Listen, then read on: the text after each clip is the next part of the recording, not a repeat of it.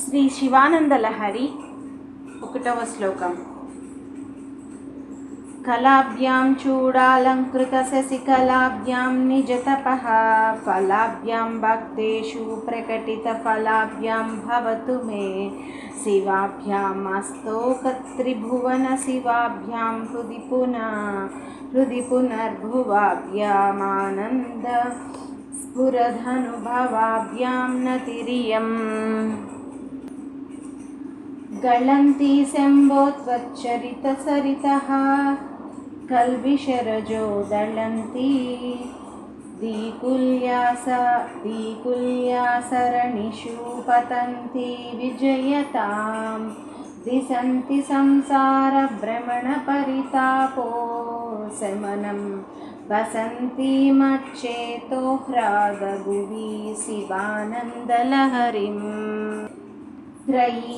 त्रैवेद्यं हृद्यं त्रिपुरहारमाद्यां त्रिनयनं जटाभारोदारं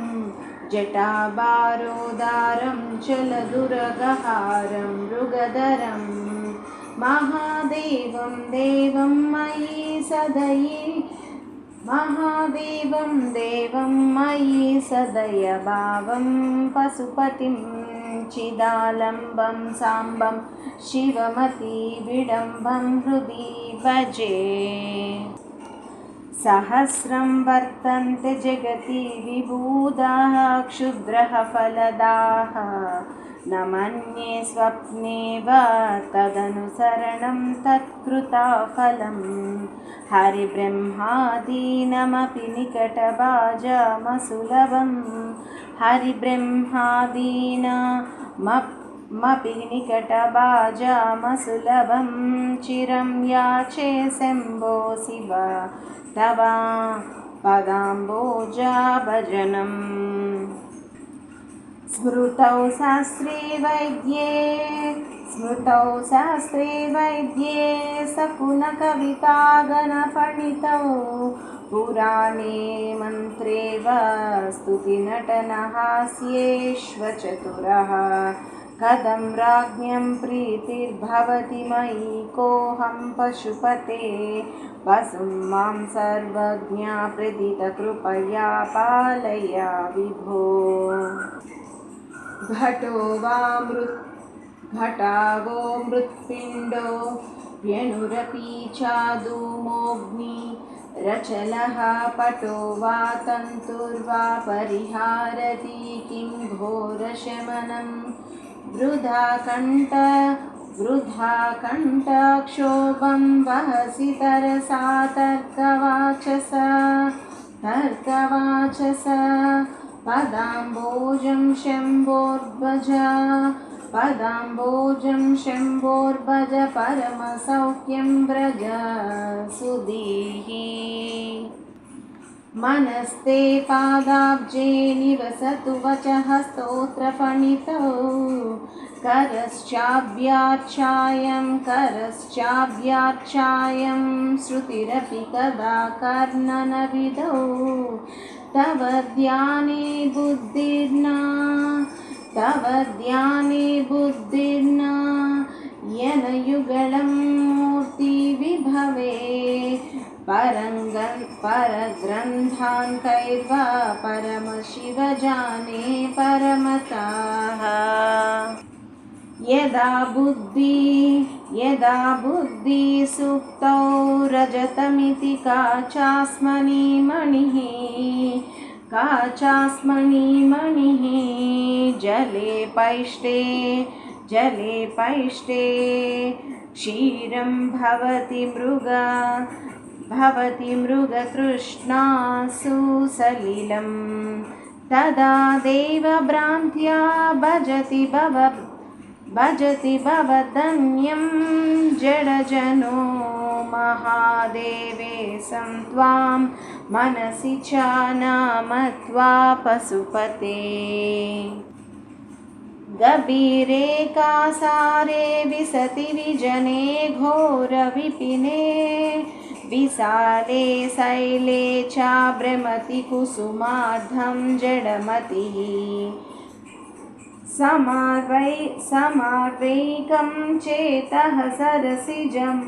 सरसिजमुमानाद भवेत् भवते सुखेनावस्थातुं जन इह न जानति किमुहो माहो सरत्वं नरत्वं देवत्वं नगवनमृगत्वं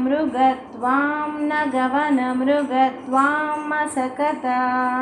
पशुत्वं कीटत्वं भवतु विहागत्वादिजननं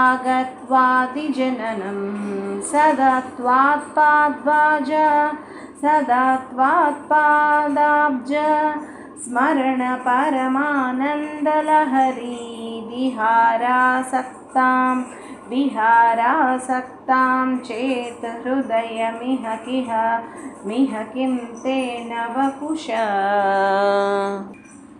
वटुर्वागेहि वा यतिरपि जटी वा तदितरो नरो वा यः कश्चिद्भवतु भव किं तेन भवति यदियं हृत्पद्मं यदि भवदधीनं पशुपते तदीयस्वं शम्भो भवसि भवभारं च वाहसि गुहायां गेहे वा बहिरपि वने वा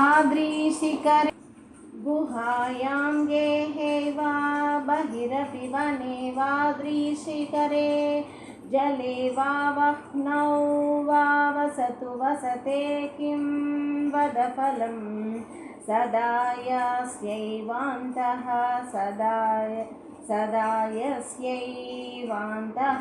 करणमपि शम्भो तव पदे स्थितं चेद्योगोऽसौ स च परमयोगी स च सुखी असारे संसारे निज भजन दूरे जडदिया भ्रमन्तं मामन्दं परमकृपया पातुमुचितं मदन्यः को दीनस्तव कृपण रक्षाति निपुणः त्वदन्यः को वा मे त्रिजगति शरण्यः पशुपते प्रभुस्त्वं दीनानां खलु परमबन्धु पशुपते प्रमुख्योऽहं तेषामपि किमुत बन्धुत्वमनयोः त्वयैव क्षन्तव्या शिवा मदपराधाश्च सकलाः प्रयत्ना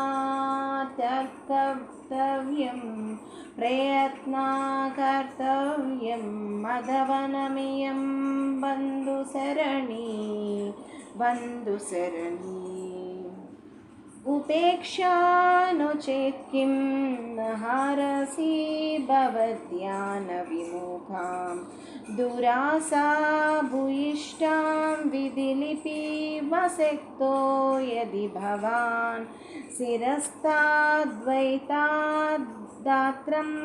नन खलु सुहृतं पशुपते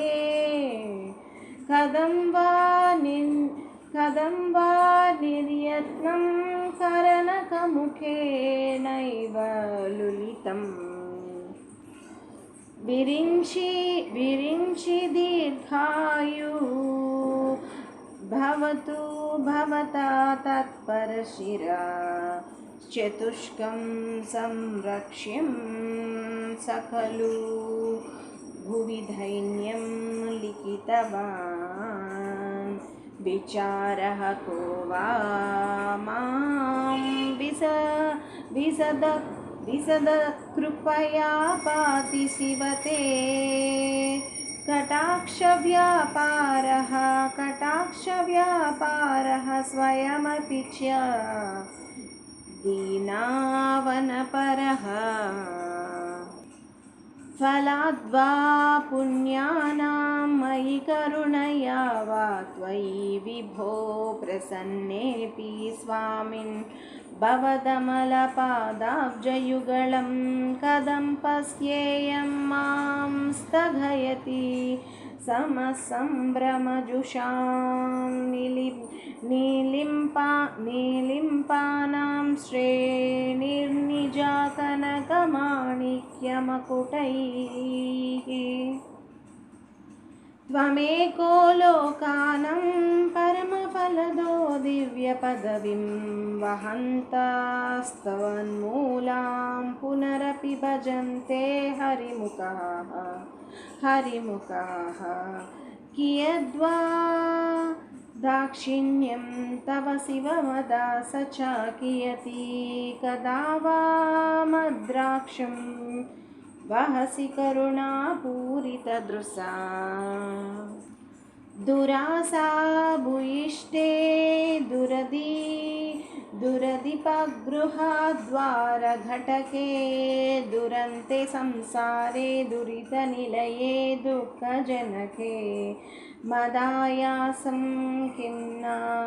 व्यपनयसि कस्योपकृतये वदेयं प्रीतिश्चेत्तव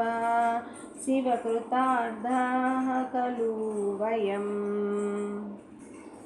सदा मोहटव्यां चरति युवतीनां कुचगिरौ नटत्या सा स्वटति जुडिति स्वैरा मवितः कपालिं वीक्षो मे हृदयकपिमत्यं तचपलं दृढं भक्त्या वद्व्या शिव